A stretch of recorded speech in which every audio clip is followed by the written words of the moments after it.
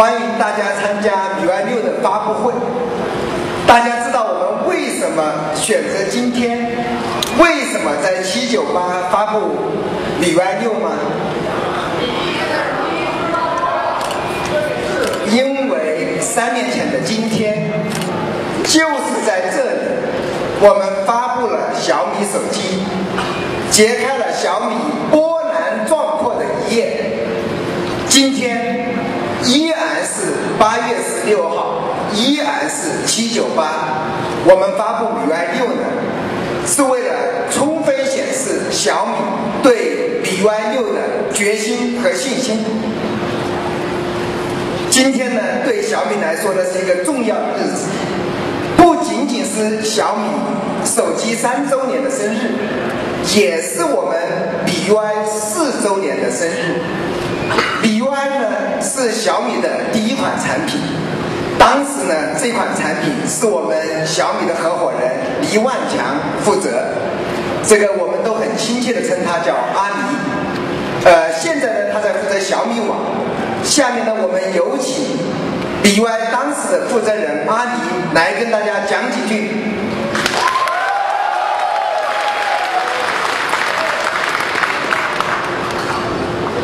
大家下午好。大家知道雷总是个完美主义者啊，然后那个做事很认真，然后呢，但他的认真跟别人不一样。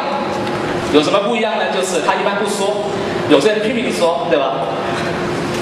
然后那个雷总每次在做 PPT 的时候跟我都聊天，他说很大的压力，然后那个说他的普通话不好，会不会到时候会影响发布会的效果？然后呢，那个每次我在跟他讲说你肯定没问题的，然后呢，那个我的内心都非常复杂，复杂在哪呢？就是因为怎么说呢，雷总也是个先考普通话6级的，对吧？大家知道我是广东人，对吧？我是广东普通话就是麻麻的，对吧？普通话是广东普通话4级的还没有通过，所以呢，每次雷总跟我讲的时候，我都觉得是那种感觉，就像一个开着奔驰宝马的人在对着一个开 QQ 的人说他的汽车动力不足，你知道吗？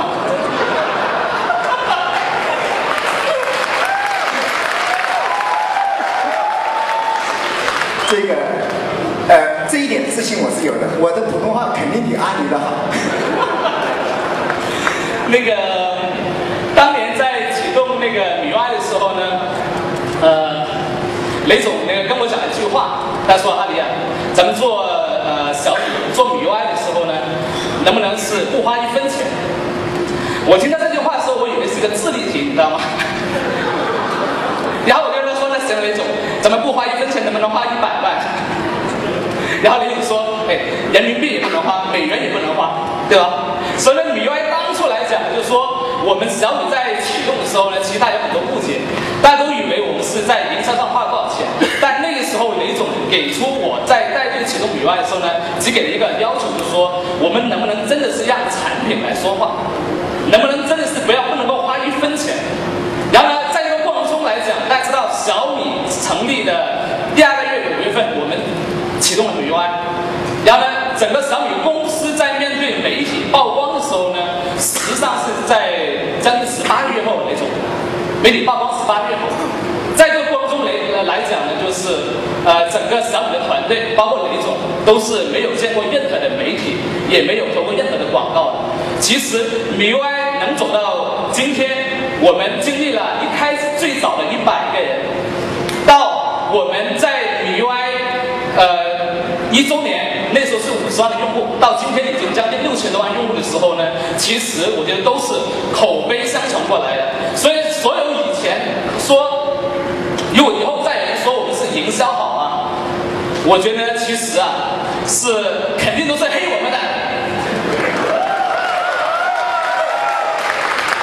OK， 那个好，我长话短说，我是在昨天的时候呢见了很多MIUI的老用户，然后呢那个我们在做MIUI的时候呢，当初有100个梦想赞助商，后来昨天我见了4、5位，然后呢他们据说今天有很多当初的MIUI的老用户都到了现场啊，包括很早用户有雅阁精品空间，啊，有陈一夫，有团书记，然后呢还有飞奔的小五，但飞奔的小五没有来到现场啊。小五当初呢应该是我们米 UI 里面的一个非常活跃的用户，他今天远在韩国啊，也据说是远在韩国。然后我在昨天跟他们聊天的时候，我问到他们说，你对米 UI 印象最深刻是什么？我问了好几个小伙伴啊，然后他们跟我都讲说，最深刻是，那个感觉真美妙。我一听。我一开始问了陈一夫啊，一夫也是个大爷们啊，大爷们老爷们。原来一夫在吗？对。然后我又问了 Tony 啊 ，Tony 说，我说你是什么有什么印象最深刻？他说那感觉真美妙。Tony 也是个上海的爷们啊。然后我现场一听我就愣了，我说还有人比我更文艺青年的，怎么都讲感觉？但后来他们在跟我展开讲，就说他们在当初在做经历以外，说那个感觉真的是非常美妙。从一开始说呢，他们有问题立刻提交，立刻开发人员 Peters、AC 美兰、国际米兰，立刻跟着他们去来修改。然后呢，他跟很多小伙伴在QQ 用户群里面，一起来提交 bug。他们每提交一个 bug，有时候经常提交给开发组之前，他们都会讨论1个小时以上。我在听以后那种感觉，我在当下我在想，那就是种恋爱的感觉。我后来想，也许你们在未来用过很多手机，用过很多操作系统，但是我觉得米 UI 小米手机带给你们的，绝对是人生中最美妙的一段恋情。如果未来我要给小米写封情书，我认为米 UI 对我来讲，就是米 UI 的2年是我的初恋。所以呢，在今天说，我趁这个场合，我觉得真的是非常感谢所有的米 UI 的团队们，所有米 UI 的铁杆的粉丝们。然后呢，我是觉得当初雷总让我来挑头启动这个项目，应该是个开荒的感觉啊，开荒破土。那个时候我们团队6、7杆枪，其实所做的事情非常非常有限，就等于是我们是把地刨开了，然后呢扔了一棵小树苗。但是今天我确实都没有想到，米 UI 经过了大概短的不到4年时间，其实已经是长成了一棵参天大树，更准确讲应该是一片森林，所以这是我没想到的。谢谢大家，谢谢大家。下面呢，我们再请出呢现在米 UI 的这个掌门人，冯峰，人称冯帮主呢。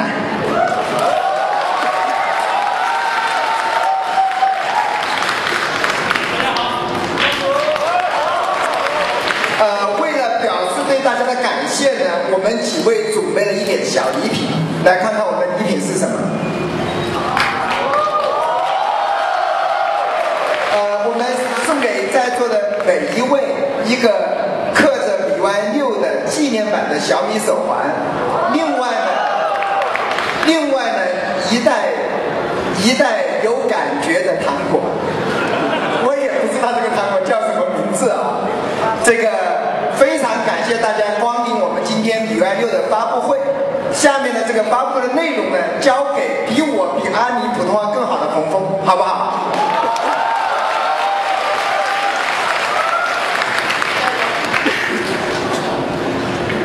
好，谢谢大家今天到这里来参加这个发布会。2010年4月6号，小米公司成立。就像雷总刚刚说的，米 UI 是公司的第一个产品，阿里带着它开始做起来。8月16号呢，我们就发布它的第一个版本。我们在屏幕的右边看到的呢，是它锁屏的界面，开机的界面，上面就写着我们最初的那100位用户，我们的梦想的赞助者，他们在我们论坛上的网络 ID。今天呢，我们非常高兴，他们其中的一些也来到了现场，让我们给他们一些掌声，谢谢他们，谢谢你们，让米 UI 从零开始，谢谢。从最初的100位用户，我们今天已经到了7000 1000万的 UI 的联网用户，好像我们每开一次发布会，这个数字都在几百万往上涨。我们来看一下这条曲线，非常的优美。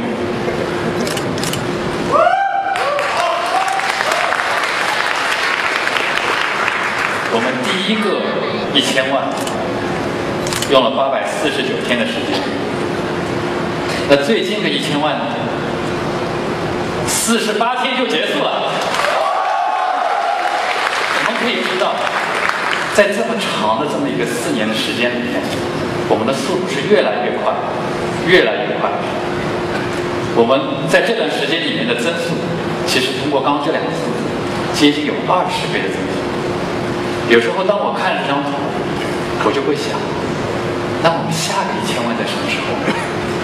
再下个1000万在什么时候？1亿用户会在什么时候？10亿用户会在什么时候？我觉得我们需要想的就是怎么把这个产品做好，因为你把产品做好之后，用户就会跟着你来。这是最近第三方的一个报告，它告诉我们，我们不仅用户量很大，更重要的是，用户在用小米手机的时候，它的活跃度在中国所有的手机品牌里面是最高的，不仅比其他的安卓手机高，比 iPhone 还要高。它说明了什么？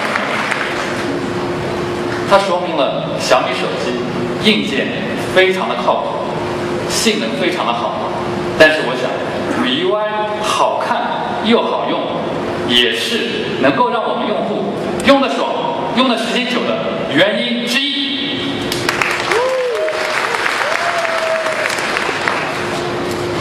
其实呢，MIUI 有可能是小米的第一款国际化的产品。它不仅在中国粉丝非常的多，在国外呢粉丝也很多，而且这件事情完全是无心插柳吧。这是个什么呢？这是第一个发现我们的国外用户在一个非常知名的开发论坛上发的第一个帖子，字有点小，我把标题给大家翻译一下。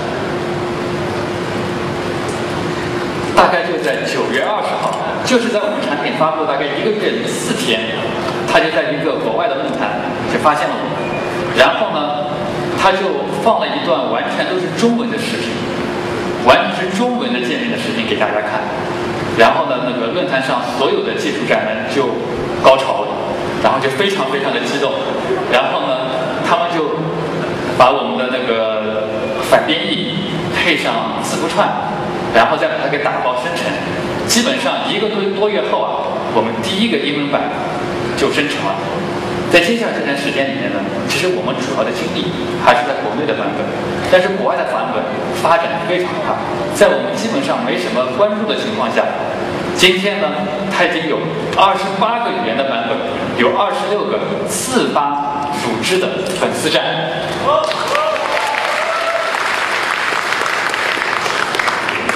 而且这个趋势还在不断的进展。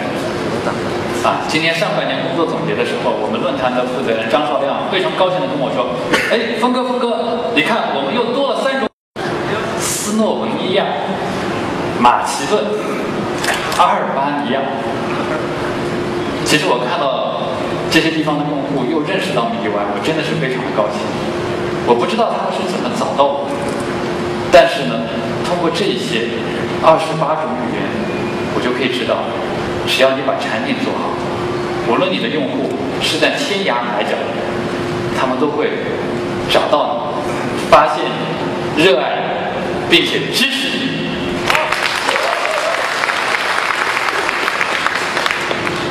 今天MIUI 4岁了，这是我们非常快乐的一个节日，我们和所有的发烧友一起来过这个节日。而且呢，我们那个全世界各地的发烧友呢，也给我们发来特别多的祝福。开场的视频大家也看了非常那个互相喂食这个蛋糕的景象。所以说呢，这里就感谢所有的发烧友对我们的支持，谢谢大家。好，接下来呢，我们就要揭晓我们的最新的版本MIUI 6。刚开始的时候呢，我们先来放段小视频。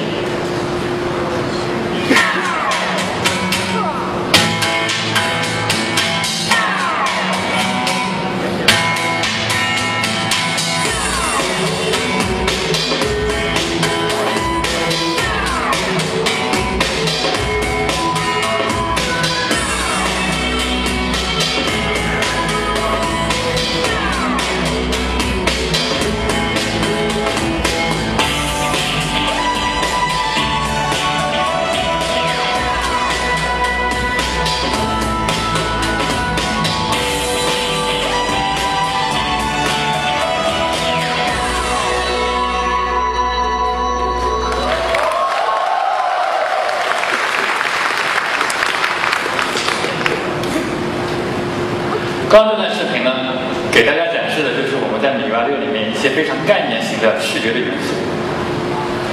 我们在设计MIUI 6的时候，其实一直在想这个问题。我们已经做到第6个版本，之前的版本呢，大家也都非常的习惯。那我们再怎么去突破自己？我们在想，什么才是更好的设计？其实，在这个时候，我就在想。如果说你要回答这个问题，你要回答一个更本源的问题：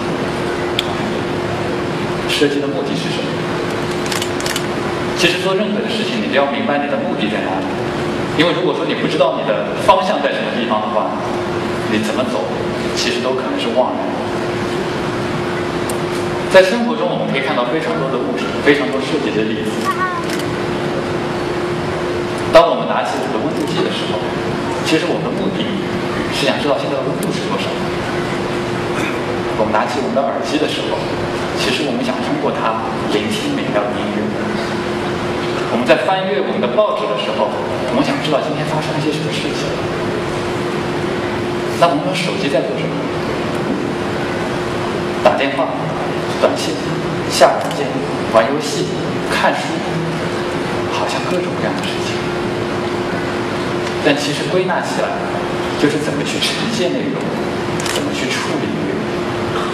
所以说呢，我们认为在手机上MIUI 6要做的设计的目的，就是怎么样更好去呈现内容和处理内容。归结到一句话：内容才是本质。大家看一下大屏幕，大家一眼就可以知道这是个下雨的场景。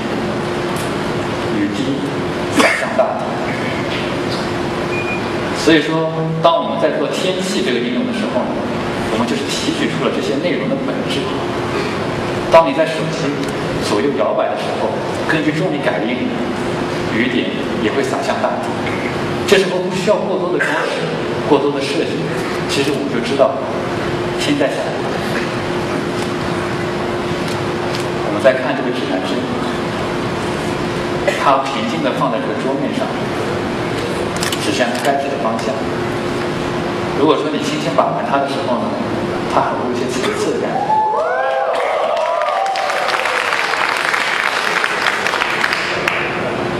但是如果说你不是在桌面，你看着眼前的这片夜景的时候，你希望看到的就是夜景它有多么的美妙，还有我所指的到底是哪个方向。这时候，即使这个指南针再精美、再像个工艺品，它这个时候反而成为了你和这个内容之间的阻隔。所以说，MIUI 的指南针在渐渐抬起的时候，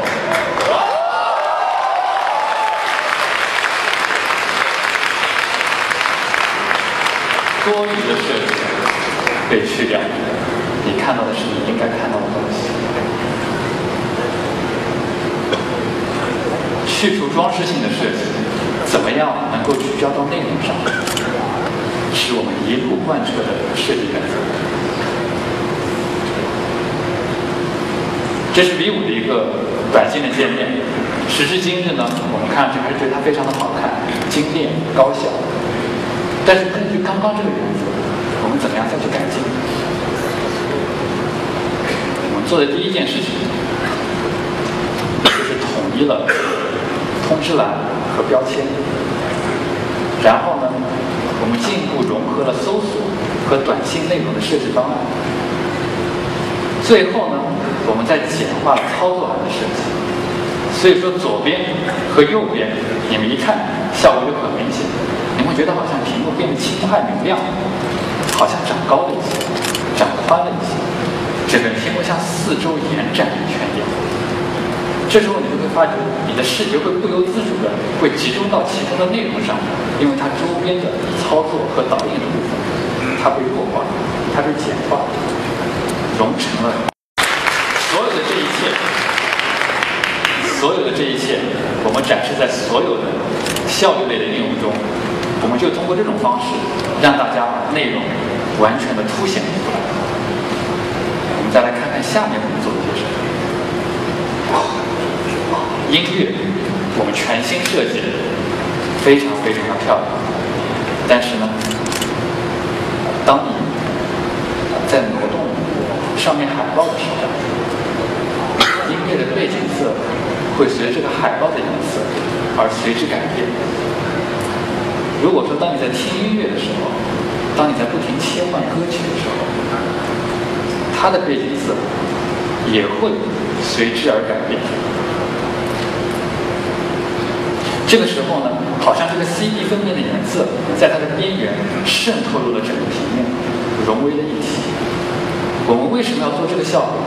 也是遵循这个原则，通过这种背景色，我们通过内容本身的颜色来设计，让整个屏幕产生一种非常强的环境感，让你不由自主的就聚焦到了这个 CD 本身。像这个效果，我们在桌面也展示了。当你们拉下通知栏的时候，它背后就产生非常柔和的毛包里的感觉。当你们在打开你的文件夹的时候，背景呢就会自动的退后，产生那种很融合的背景的感觉。所以说，所有的这一切我们做的呢，就是通过内容来设计这个色彩，让色彩变成融合的背景色，让所有的人都把注意力能够围绕着最需要关注的内容上。这是个什么呢？那个我们在微博预热的时候曾经发布，后来发觉我们的发烧友真的还是专业知识非常好。他们呢，很多人就说了，这是条椭圆曲线，这是我们右边的椭圆曲线。那这个曲线和我们的界面之间又有什么关系呢？大家来看一下，大家看出来没有？这个椭圆曲线就是当我们在进入这个近期任务的时候，这4个 icon 下面这个叉叉不同的进入的成为动画的轨迹。好，我们再来看一下啊，走，非常好看，是不是？接下来呢，我们再看这一段动画，在时钟不同的 tab 间的切换，每个元素的动态出现。它们有些相似，又有些不同，因为所有的设计它都是非常精密的去实现。在这时候呢，我们觉得任何精美的设计，其实都是非常热情的设计语言和冷静的科学实际的结合。在这点啊，我想我们的主力设计师任田可能是个很好的例子啊。大家知不知道，我们任田是数学系毕业的？当然了，我也不知道他为什么来做设计。好，我们再来看看下面几个小动画，非常的可爱。长按电源键，4个操作去了，点击飞行，飞出，从通知栏缓缓的飞入，告诉你进入了飞行模式。我们再去点按它，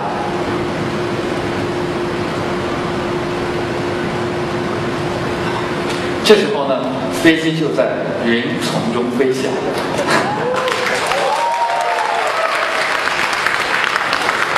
好，删除应用是我个人非常非常喜欢的一个动画。删除应用好像不是让人非常开心的一个感觉啊，其实不然，在我这里删除应用最开心。点一个上去，这时候都无所谓啊，删除，啪，放出了烟花。其实呢，在小米工作真的是挺辛苦的。但是呢，现在呢，我就有一项新的娱乐活动，大家可以尝试一下。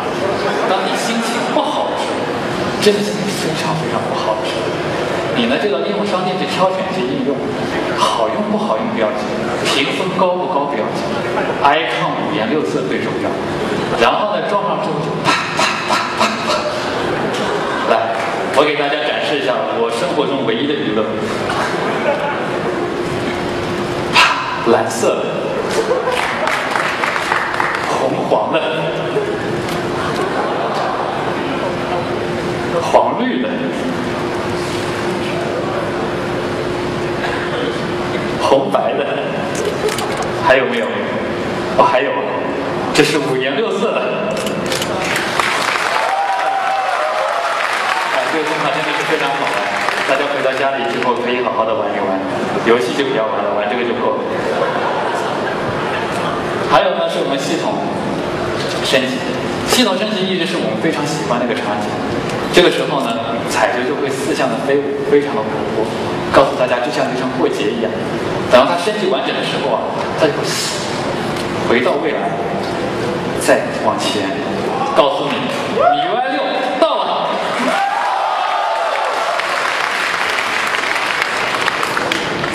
然后我们再来看看我们的图标，我们的图标用了非常简化的方式，通过各种视觉的元素，简单的把它给它显示出来。这是我们米 UI 5当时为大家非常喜爱的图标。我们做了什么呢？去除了所有的装饰，极高的识别度。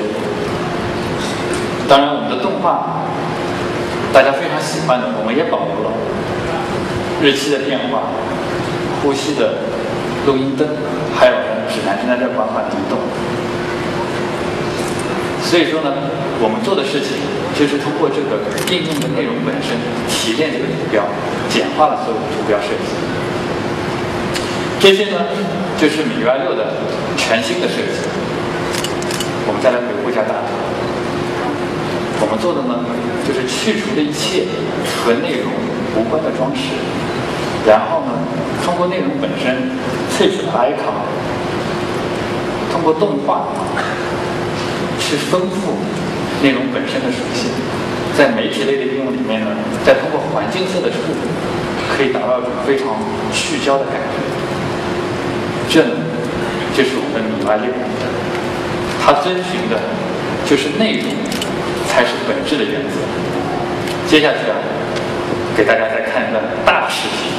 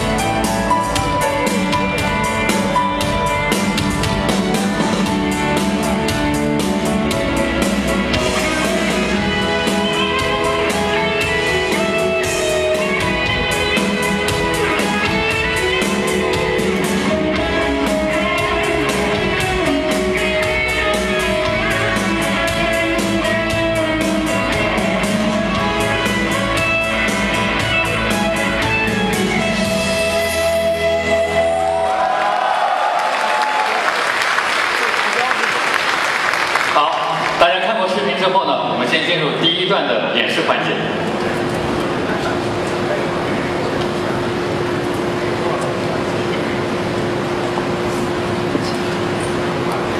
好，我们打开左屏，2点33分，非常好看的一个时钟，非常漂亮的一个左屏。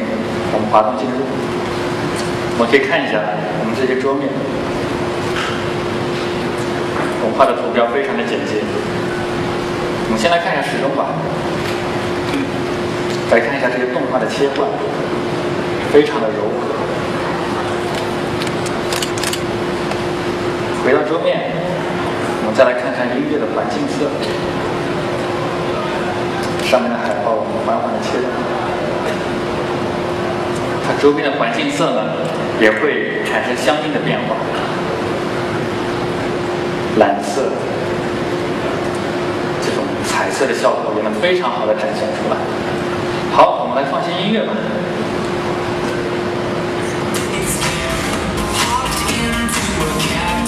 切歌，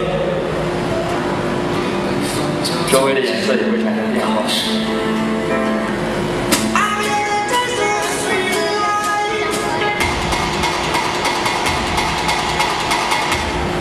好，这样呢，大家就充分看到这种环境色的展示。我们再到我们的天气吧。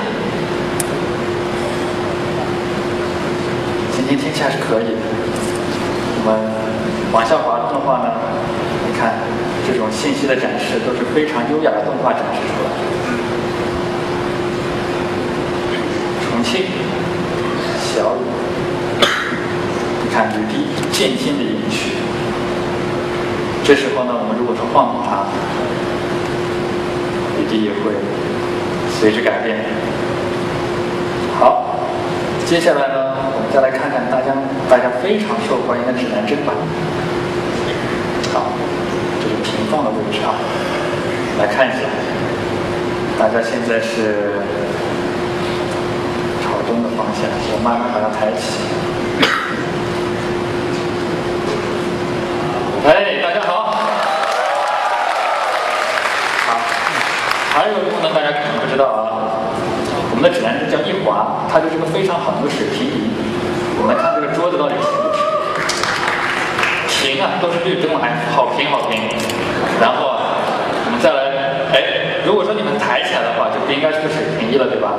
你抬起来的话呢，你就可以用它来看一看，你家里挂什么东西挂的直不直？哎，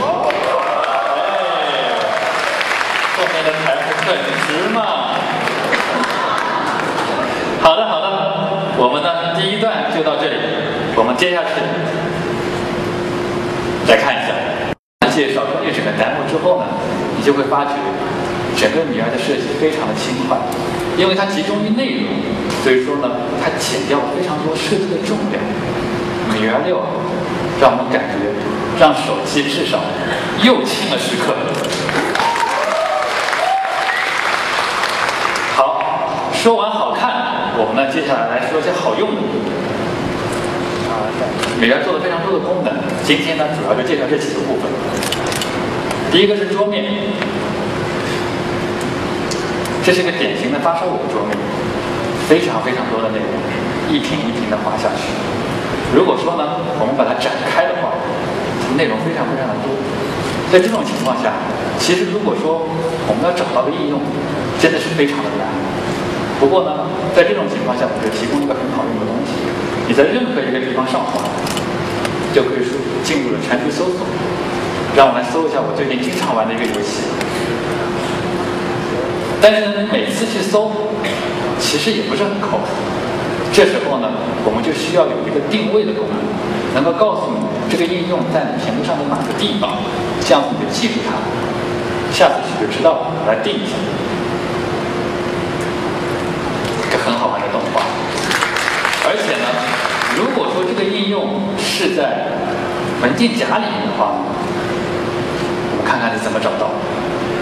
这一次呢，我们找了一个在文件夹里的应用，我们找一下，打开，再高亮，非常方便能够找到。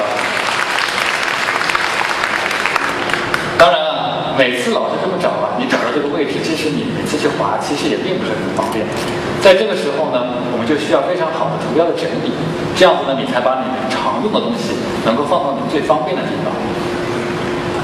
我们来看一下 iOS 是怎么做这件事情的。你长按一个东西要移动，然后呢就放到屏幕的边缘，然后屏幕在这里移动。当你看到你要放的地方，突然你要赶快拿下来，然后放到它相应的位置。其实呢也挺好用的，但是呢不是最好用的。那么MIUI呢，在3年前我们就做了这么一个功能。你第一点，只要一只手指长按，然后用另外一只手指在下面慢慢的拨动，看到你相应的位置就放下。这个呢，我觉得已经好用了不少。但是今天啊，我给大家介绍一个我们非常完整的图标整理的工具。好，我们先两指一捏，进入到编辑模式。然后呢，我们要编辑的点下来，这是我们所有要编辑的东西，放到最下面图标的篮子里面。这时候我要做的一件事情啊，可能把这个其中一个呢放在前面一页的最可以放的一个位置。这个很简单，我移动到那下一点，就上去了。或者说呢，我想把一个 icon 放到比如说 QQ 和滴滴打车中间，我就长按它，移上去，空出位置就放进去。这个时候呢，如果说我要把下面两个一起处理怎么办呢？我只要简单的一滑，再一点，组成一组，嘣，它也上去了。好，我们再来看一些高级。我们啊，再来点。这时候啊，我要把它组成一组，放到一个特定的位置。这个时候呢，我们只需要滑一滑，然后呢，当你移上去的时候，你会发现桌面会根据你的位置下拉足够的空间，让你简单的放进去。通过这个方式啊，我们就可以群组的固定位置的放。当然了，还有一个时候呢，你就是放了太多东西，任何的移动都不能帮助到。在这个时候，又进入到我们最开心的时刻，就是点，然后呢，滑一滑，移到最上，群组删除。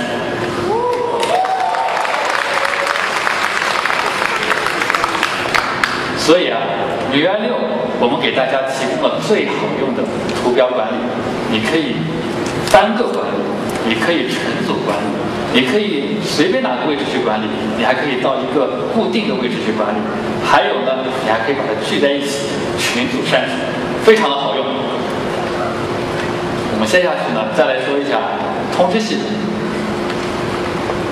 很多人打开手机的时候啊，经常会看到这样的景色。很烦，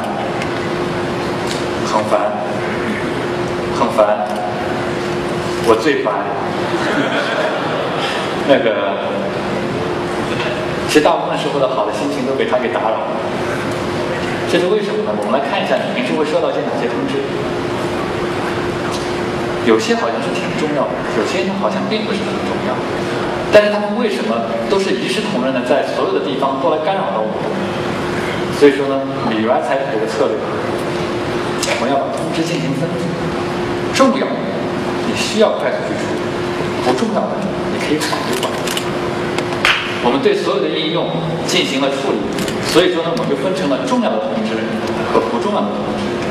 那当然了，重要和不重要对于每个人可能有不同的定义，所以说呢，用户也可以去自定义。而且它显示的位置呢也有区别。锁屏、状态栏、通知栏、桌面，其实都不太一样。我们对这个维度呢也进行了精心的设计。我们来看一下，在锁屏，默认啊是没有任何的通知信息的。所以说，当你打开手机的时候，非常的开心，非常的舒畅。如果说呢有通知的话呢，它在下面会给你一个提醒，但这里注意啊，在锁屏上给你提醒的通知，只有重要通知，这个时候呢，你可以把它点起来，对吧？可能是一些 IM， 可能是日历，可能是短信。这个时候呢，你要怎么通知就可以了，你要处理，点一下就 OK。所以啊，你就再也不会在锁屏上看到密密麻麻的东西了。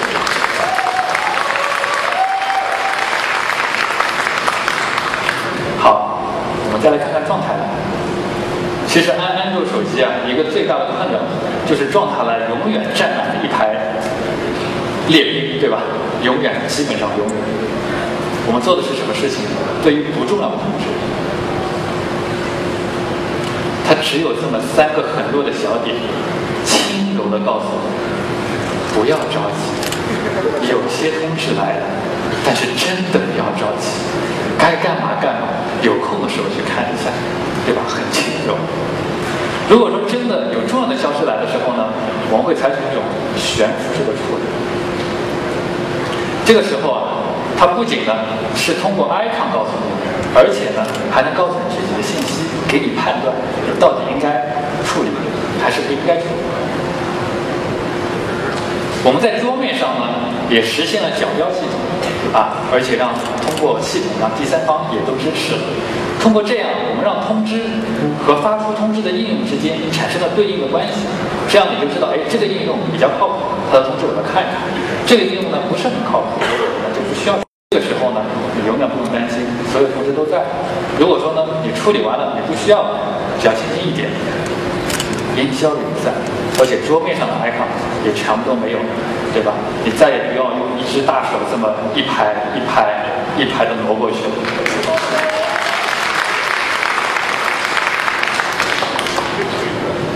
当然，有些时候再重要的通知可能打扰我都需要考虑一下。为什么呢？是因为我可能那个时候我在打游戏，那个时候呢我在拍照。这个时候如果说突然闯进一个电话的时候呢，我可能会挺难受的，是因为呢我可能会破坏了我当时的这么一个工作的进度。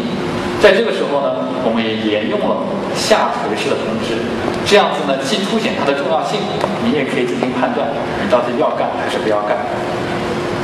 所有呢刚刚非常完整的一套就是UI6的智能通知系统，它是个非常全面和科学的方式。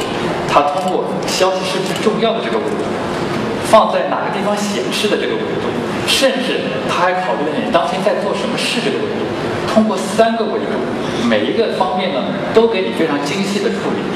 通过这样呢，你重要的消息不会遗漏，不重要的消息它就再也不会影响到你。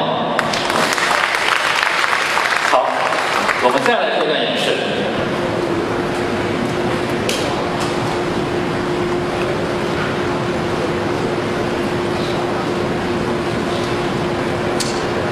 这个时候呢，就是打开了，没有任何的东西来干扰我。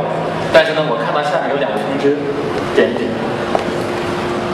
雷总你好贴心啊！好，桌面上呢，我们先来看一下我们的近期任务。我们近期任务呢，一般是通过这种非常简洁的方式，但是呢，在MIUI6里面，我们支持2种模式的切换，你可以2指捏放、放大、缩小。你随便怎么样都可以去适应它。这个时候呢，我们再来看一下这个全局搜索吧。好，搜索我最爱的游戏，点一下，你看，在这个文件夹里顶告诉我，非常的方便。然后呢，我们再来单个移动一下，我移动一下这个应用。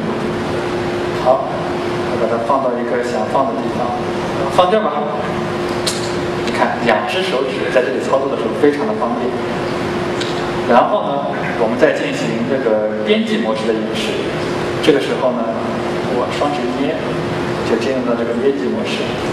我们到最后来选几个应用吧。这来选几个应用，顶。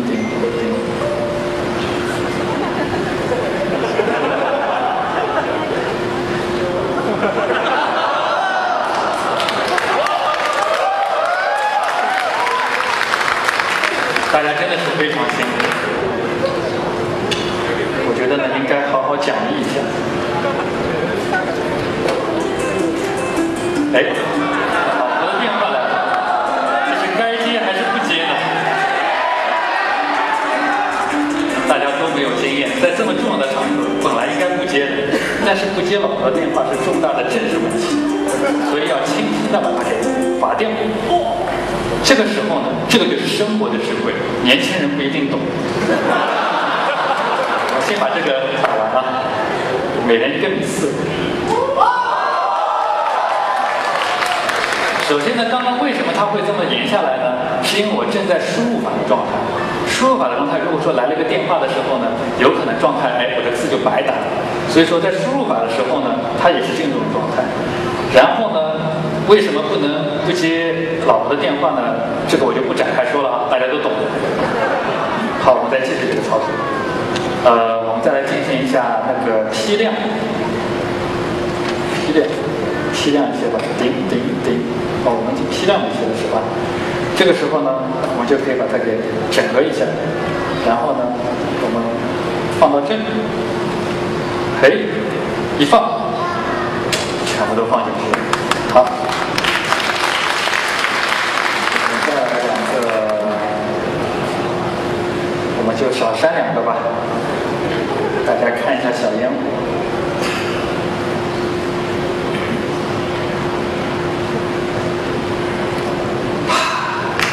好开心啊！这时候呢，大家可以看到，这个桌面上还是有一些小角标的。这个时候呢，我们只要通过删除，所有角标都消失了。好，我们这个展示就先到这里。所以说啊，在设计产品的时候呢，一定要有生活的经验。像刚刚这个轻吹一下，铃声就不响的功能，是我特别定制的啊。好，再到下面，我们再来说一下小工具吧。刚刚呢，已经给大家展示了一些小工具，非常的可爱和好用。我接下来呢，再给大家介绍2个日历。这是我们看到的一个普遍情况下，大家翻开日历会看到的情况。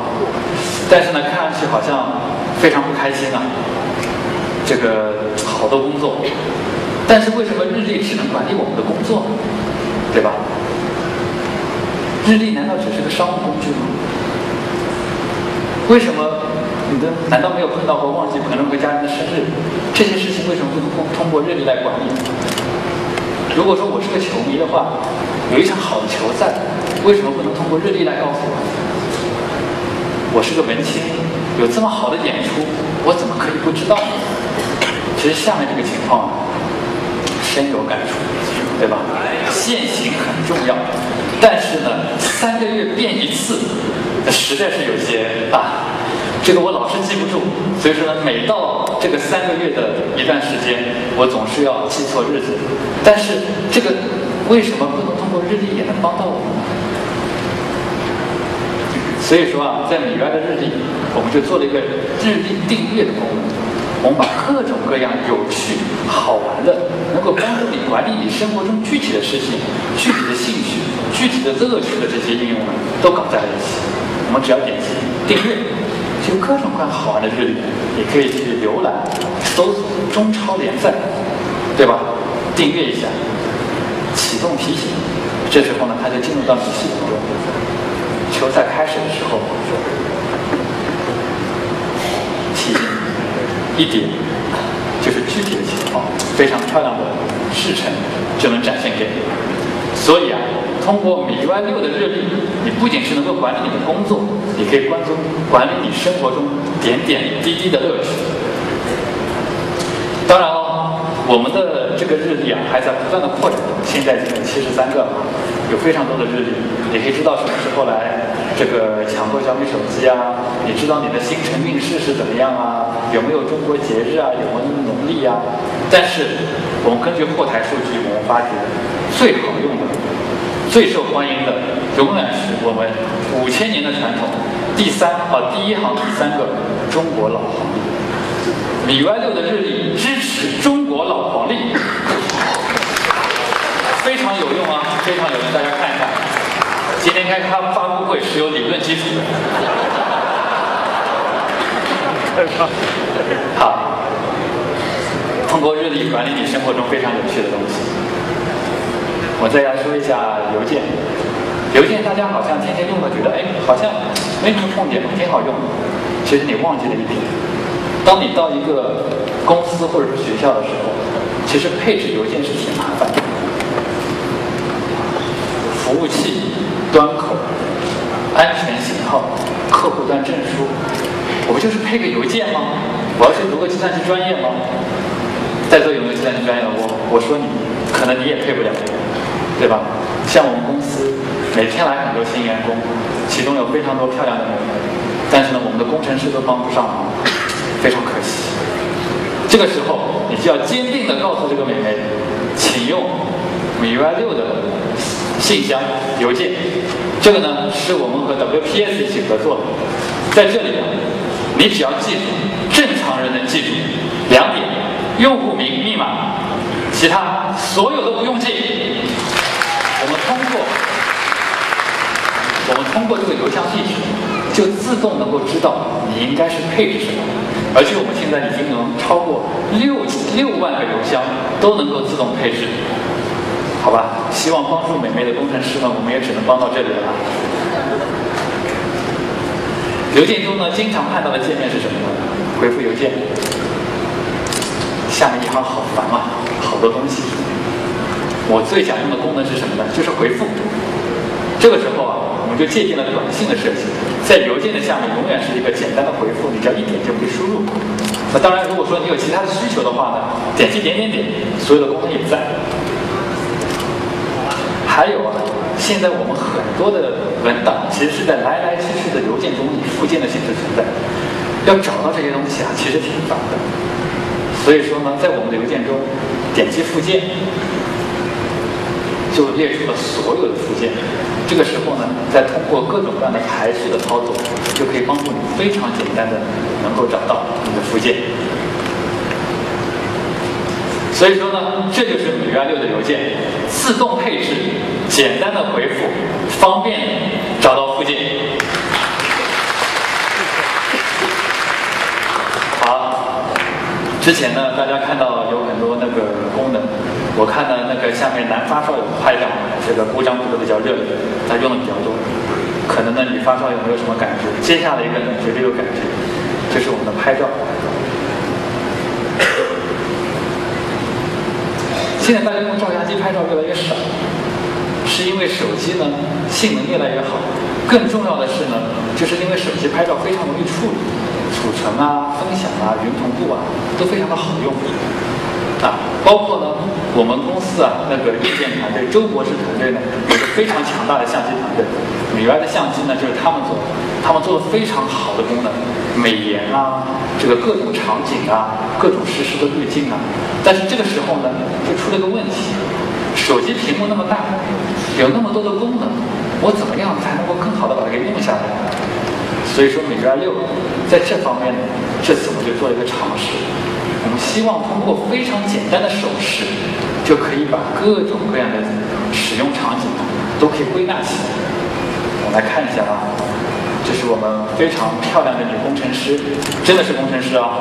然后呢，这个拍张照，这时候呢，摄影师表示非常的高兴。这时候大家发觉啊，只要上下一滑，前后的镜头就可以切换。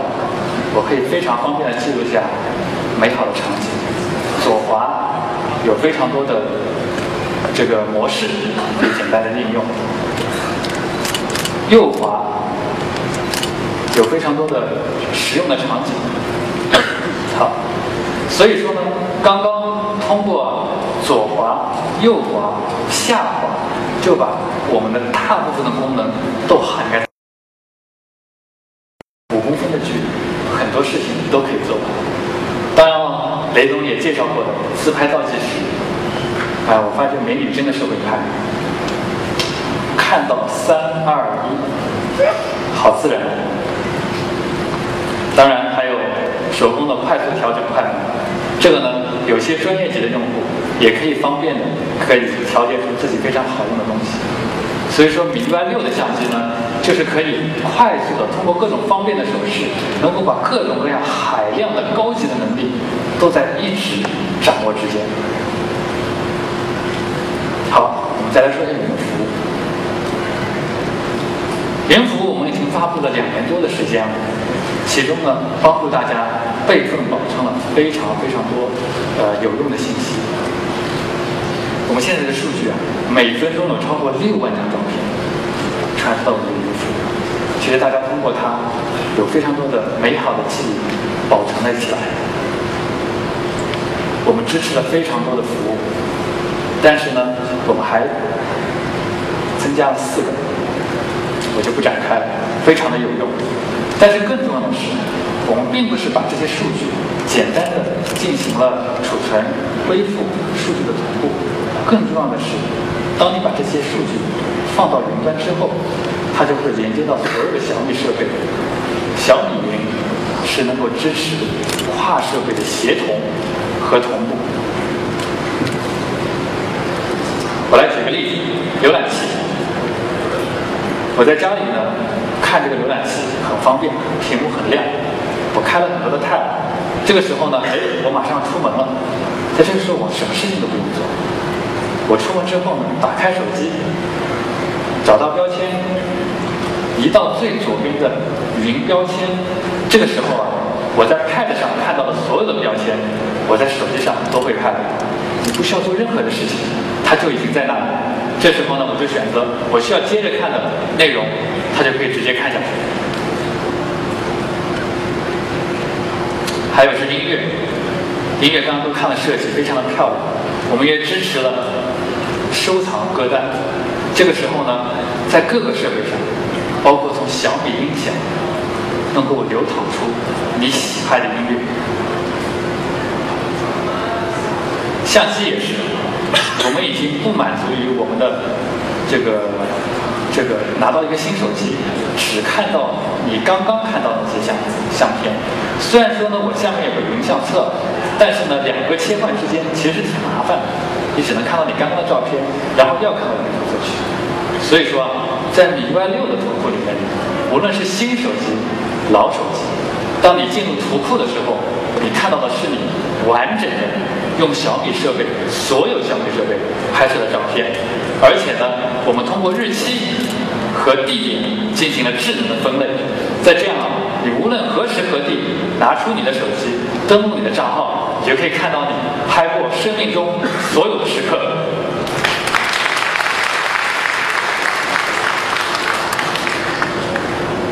当然，我们也不满足于5寸的照片，我们想看到更大的照片。通过我们的多设备的协同，这一点呢也成为了现实。所以说，我们的云同步不仅支持了10大数据的储存和同步，更重要的是它能够支持跨设备。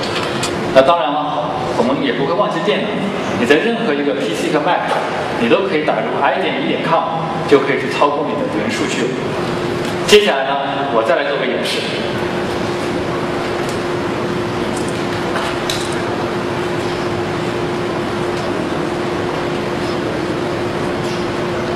好，我们进入我们的图库，在这个图库里面，大家可以看到非常多的各个时期的信息、图片都在这里，对吧？旁边还有地点标签。如果说我点一下北京的话，就是我在北京拍的所有的照片，在这里都可以看到。好，我们再来展示一下云同步吧。在这里呢，我想做的呢是这么个场景。也就是说呢，我们在发布会之前呢，就有一个相册叫816米UI 6 816，大家可以看到里面有非常多的照片。创建者呢也不是我自己，这是一个共享的相册，所有的朋友啊都可以往这里面灌。其实啊，接下来可能我们在论坛上也会公布这个地方，让大家都可以一起把你们的相机照片往里面灌。在这个时候呢，我要做的呢就是挑一张新的照片把它给放进去。这样子呢，在电视上的用户就可以看到。我来挑张还没有的照片，比如说这张，好，点它，加到相册，516，马上就有了，电视上展示，好吧？我们再来一张，哪张比较好看一些？这张好像很多小伙伴很好看，好。加个相册，再来一下，要多久？来了，大家可以看到非常实时的跨设备的同步。好，接下来呢，我们再来展示一下我们的相机吧。相机呢，你看，大家看到这是我 demo 的小抄啊，我谢谢工作人员。这时候呢，我双指一滑单指一滑就可以了，就到了我的自拍项。我本来呢是想给大家展示一下美颜功能，但是呢，我们的化妆师实在太给力，让我达到了史无前例的粉嫩，所以呢，我这里先给自己拍一张啊。这就是普通人怎么拍自拍的。虽然说我今天很粉嫩，但是大家看一下，不是很理想。所以说呢，这个时候呢，我们就像刚刚漂亮的姑娘一样怎么拍？斜上方45度。这个时候大家发觉啊，我的手指啊，其实已经人类的手指已经没有办法挪到下面，可能100年后的人类可以做到这一点，但是我现在就不行了。但是呢，我们可以全屏进行拍照，我只要，我把大家给放进去，一点拍，好，再来看一下，你看，这个就是猪头自拍照，这个就是帅哥猪头，帅哥猪头。所以说啊，技巧很重要，对吧？大家不要怨自己长得不好，斜上角45。好，接下来呢，我们来说一些用户可能不太看得到的东西。这是我们的系统优化。在 V5 发布的时候呢，我们说了，我们通过对齐唤醒可以降低系统的耗电量。我们把所有的唤醒都放在同一个时刻发生，这样子呢，通过实测，我们可以把耗电的时间延长接近2倍的时间。在5个月后呢 ，iOS 7也用相类似的原理实现了他们节电的一些能力。我们这里呢，可以说大家其实想的是挺相似的。那么，但是仅仅对齐唤醒就够了吗？其实并不是。你仅仅是对齐唤醒的话，其实更重要的一点是什么呢？大家要看手机耗电的原因是什么。其实很多时候啊，有用户会跟我抱怨说：“哎，手机这个前一阵还好的，这一阵怎么突然又放烫了，又花电了？”这时候呢，我们拿回来研究之后发觉，有时候可能确实是我们系统中的一些原因，但是大多数时候呢，其实是你装了一些应用造成的，装了一些耗电的应用。为什么会有这么多的影响呢？因为我们看了一下，大部分的热门应用啊，超过70%，它是需要自启动。什么叫自启动呢？就是一开机，你不管你是不是点它，它就起来了，对吧？当你一打开手机，手机上大概装了50-60个应用，一打开手机，可能有40个应用就跳起来说报告我要启动，对吧？全都起来了。所以说呢，这个时候我们来看一下整个电流图。这个是我们把所有的前台的应用全部都杀光，过了15分钟后，你可以看到这个手机此起彼伏，非常的热，手机也很犯愁啊，好累。我们做的什么事情呢？我们就是允许真正需要在后台启动的才启动，需要自启动的才自启动。经过我们这样的优化之后呢，大家可以看一下这个耗电图，世界清净，只有该启动的才启动。另外呢，我们还有一种智能的省电模式，因为啊，有时候你又要网络又要什么，是确实会比较费电。我们让用户可以选择在性能、功能和耗电之间能够达到一个平衡。包括呢，我们会说，低电量的时候就省电一些。你在睡觉的时候可能就更加省电，就是按量、按需、按时的进行省电。所以说啊，省电是个全方位的系统级的服务，它不仅需要对齐、自己的管理，还需要各种模式的智能的切换。好，我们优化了一部分的省电的问题。下一步，内存优化。大家都觉得手机的内存不够用，这是为什么呢？是因为所有的手机的应用啊，它都是很自私的。它是说，我要占用存，我要占用存，我不管家里有几碗饭，我都要吃，把所有的饭都吃了，这样子呢，它才能运行的好。这个时候呢，我们就花了一些心思，我们怎么去呢？第一个呢，我们会发觉啊，应用它他声明了我要很多很多的内存，就好像开发商说我要多少多少 D， 我要多少多少 D， 但是呢，它闲置在那，它没有真的用。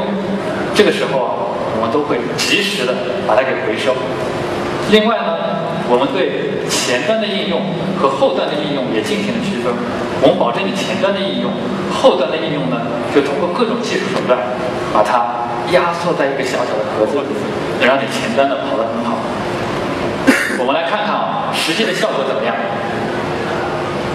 这个呢是三星9300和另外两款主流的1级内存的手机和我们红米 ES 的移动版，我们呢就开始运行软件。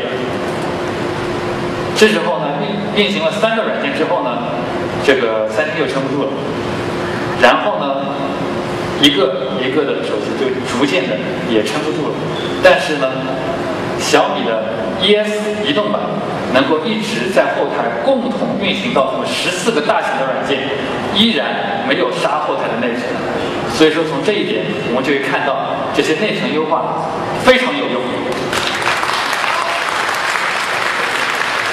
这里要说明一下啊，这个呢 ES 的版本呢，我们实际上我们现在是把它放到了红米的 V5 里面进行了测试。那么呢，可能是下周呢，我们在论坛上会发出这个版本，大家可以上回去试一试。可能在接下去几周的时间里面呢，我们就会把它更新到所有的红米上。它不一定要跟着 V6，在 V5 上大家可以也用到这个功能。下载提速。大家用手机就是要下载快，不然为什么要3级要4级呢？但是下载要快真的不容易。但是啊，我们有个好朋友，在这个世界上做下载最专业的人是谁呢？迅雷。我们在系统级整合了迅雷的下载引擎，我们可以提高整体的下载速度，我们实测能够提高到89%，非常的惊人。迅雷的下载就是好。另外呢，大家用到的时候呢，还会发觉我们有一些迅雷会员的免费的体验活动，大家可以试验一下，打开他们的会员，下载会变得更加的快。花了这些时间啊，可能有些用户说：“哎呀，我也不是很听得懂啊。”其实你只要记住一点，米 UI 不仅仅是 UI， 我们做了电量的优化、内存的优化、下载的优化，还有我们非常强大的硬件部门，帮助我们做了硬件级、驱动级别的性能优化。所以说，当你拿到的米 UI 不仅是好看和好用的，而且它还是非常高效的。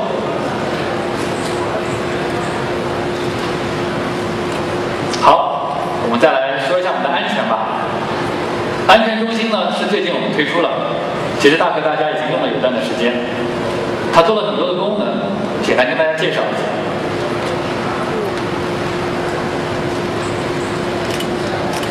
一个最牛逼的地方是什么呢？当大家说到安全，就会想到杀毒，但是小米的安全中心做到的最厉害的地方是它在安装前就可以扫到这个病毒。我给大家举个例子啊，就像你家里装了个防盗门，上面有个猫眼，当坏人来的时候呢，他还没进门，一看就知道是坏人。这个只有系统级才能做到，因为如果说是第三方的杀毒软件呢，你可能要等坏人进来，发现他不靠谱，再把他一脚踢出去，是吧？但是在这个当中，可能就有一些坏的事情发生了。所以说啊，这一点是非常的重要。而且呢，我们和金山合作，和猎豹合作，提供了非常靠谱的垃圾清理功能。我们呢也提供了非常好的流量控制的功能，我们还能和 Open 合作，提供了节约流量的能力。所以呢，我们觉得在小米手机上的安全，系统级的安全，才是真正的安全。好，最后我们呢就来说一下服务吧。这个呢，雷总在722的发布会上已经有所触及，我们这里跟大家简单的过一遍。通过统一账号、统一订单的方式呢，无需安装，大家就可以非常方便的使用，可以充值、查快递、火车票、代驾，甚至是医院的挂号。在打电话的时候啊，也非常的方便。我们呢可可以有号码的标记、号码的识别、顺丰快递的大头照，很贴心。而且在这一点是我个人非常非常喜欢的。当你听到语音的目录的时候呢，你不用再着急，不用再很烦了，因为通过可视化的目录，你就可以看到，对吧？我们得到了很多的这个用户善意的提醒，说这个功能太棒了，你们一定要把它专利掉。我说不要着急，我们2个月前就专利了。人工智能，麦当劳的时候还可以看到，而且这时候呢，不仅你可以看到菜单，你还可以知道暂时缺货，即食汉堡包，好遗憾。好，我们介绍这些功能之后呢，用户跟我们说他们非常非常喜欢这些功能，这是为什么呢？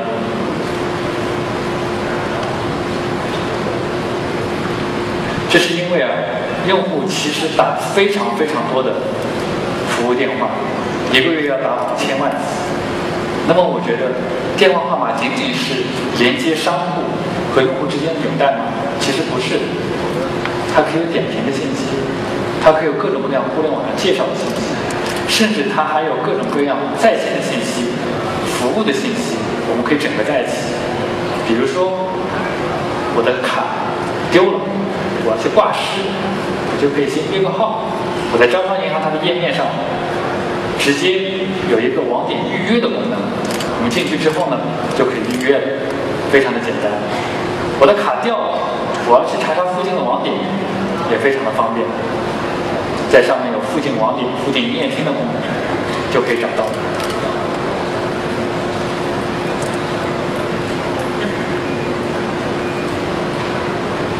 所以小米黄页就是把所有的这些功能整合在一起，给大家更加好的服务。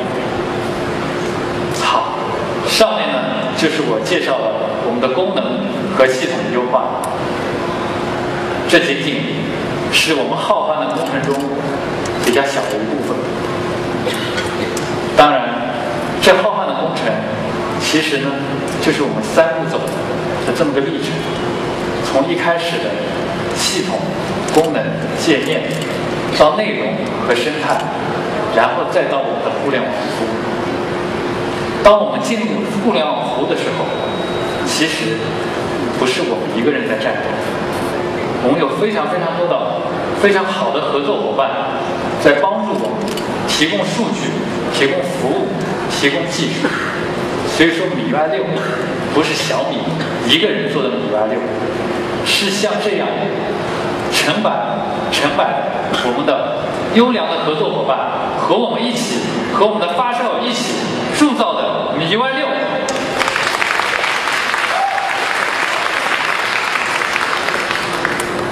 好，这么好的MIUI 6，大家什么时候可以拿到呢？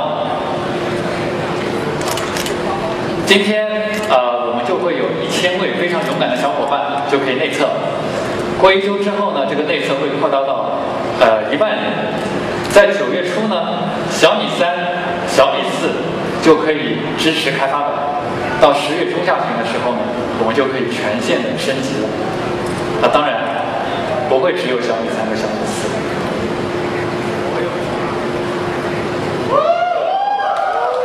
到年底，全线的小米2的手机2、2S、2A、红米 Note， 我们在年底的时候都会全面的进入了开发版。然后我们希望大家一起跟我们来测试，测试成功之后呢，我们就全线的更新。